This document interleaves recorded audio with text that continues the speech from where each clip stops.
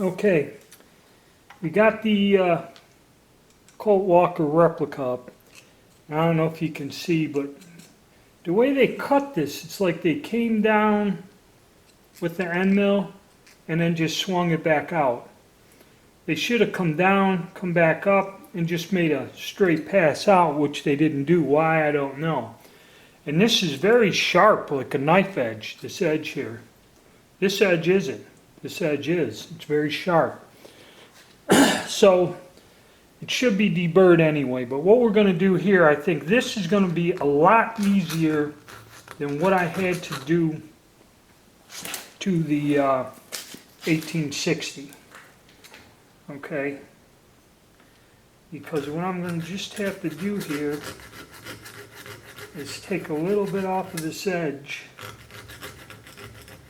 keeping it towards the inside, like that, and not really trying to damage much of the outside bluing. And I think this will be an easier fix. And just take a little at a time from there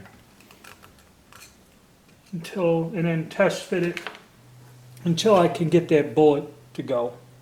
That's basically gonna, then we'll touch up the bluing and we should be done. Alright, another simple, easy task. My ass. Hours out here screwing around with this thing. I had to take a lot of material off. I touched the finish up, but we'll get it here. This rotates in without hitting it all. Okay? It's the Johnston and Dow bullet. For some reason this thing's a little bit wider. It was kind of tricky. Now, for the Dragoon bullet. Put that in there.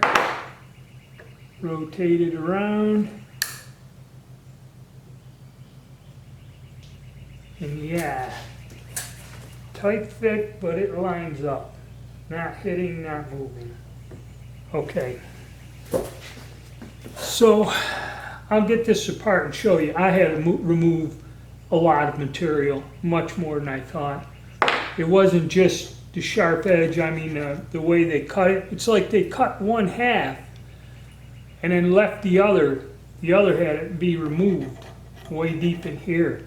You see where I slipped, and it did take a long time. This is not an easy process, and you better have steady hands or know what you're doing to remove this, because it's just hit and miss and go back and forth.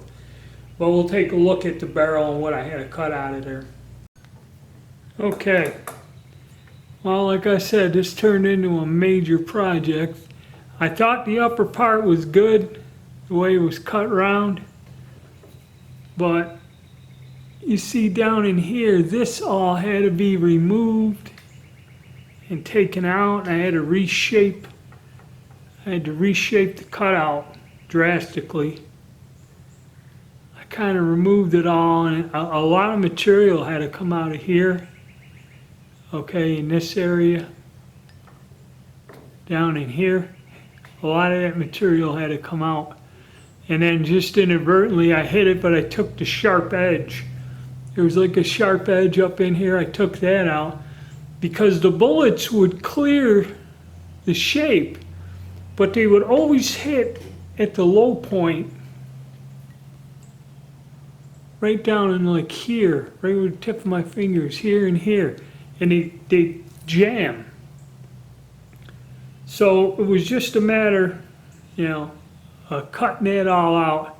Now what we're going to do, we're going to touch up the blue. I kind of screwed up, hit some on the outside there. But we're going to degrease it, and like before, I'm going to use the paste. And then we'll look at it, get our gun back together again, hopefully, and we're ready to go and use our conical bullets.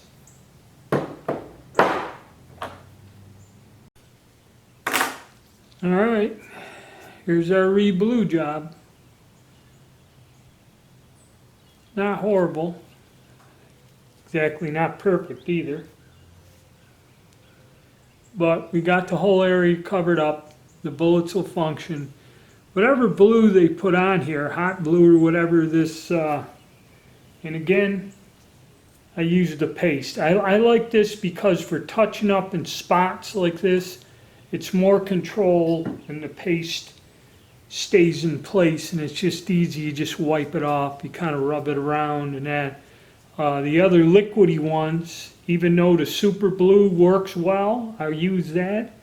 And this Brownell's liquid, if I was doing a larger area, I would use the liquid. But just to do these small areas in tight like this, that paste or cream, they call it a cream. Oxio Blue cream formula. That's what it's like a gel. And this works well on these guns. I got this modification done. I hated doing it, but I did buy it to use them Dragoon bullets. And if I'd had to shove them around or dent them, it just wouldn't work. I thought I was going to be lucky and have it, work out for me, but that didn't happen. Alright, so now what I'm going to do is I'm going to go and cure this with some oil, and then I'll go and reassemble the gun, and we'll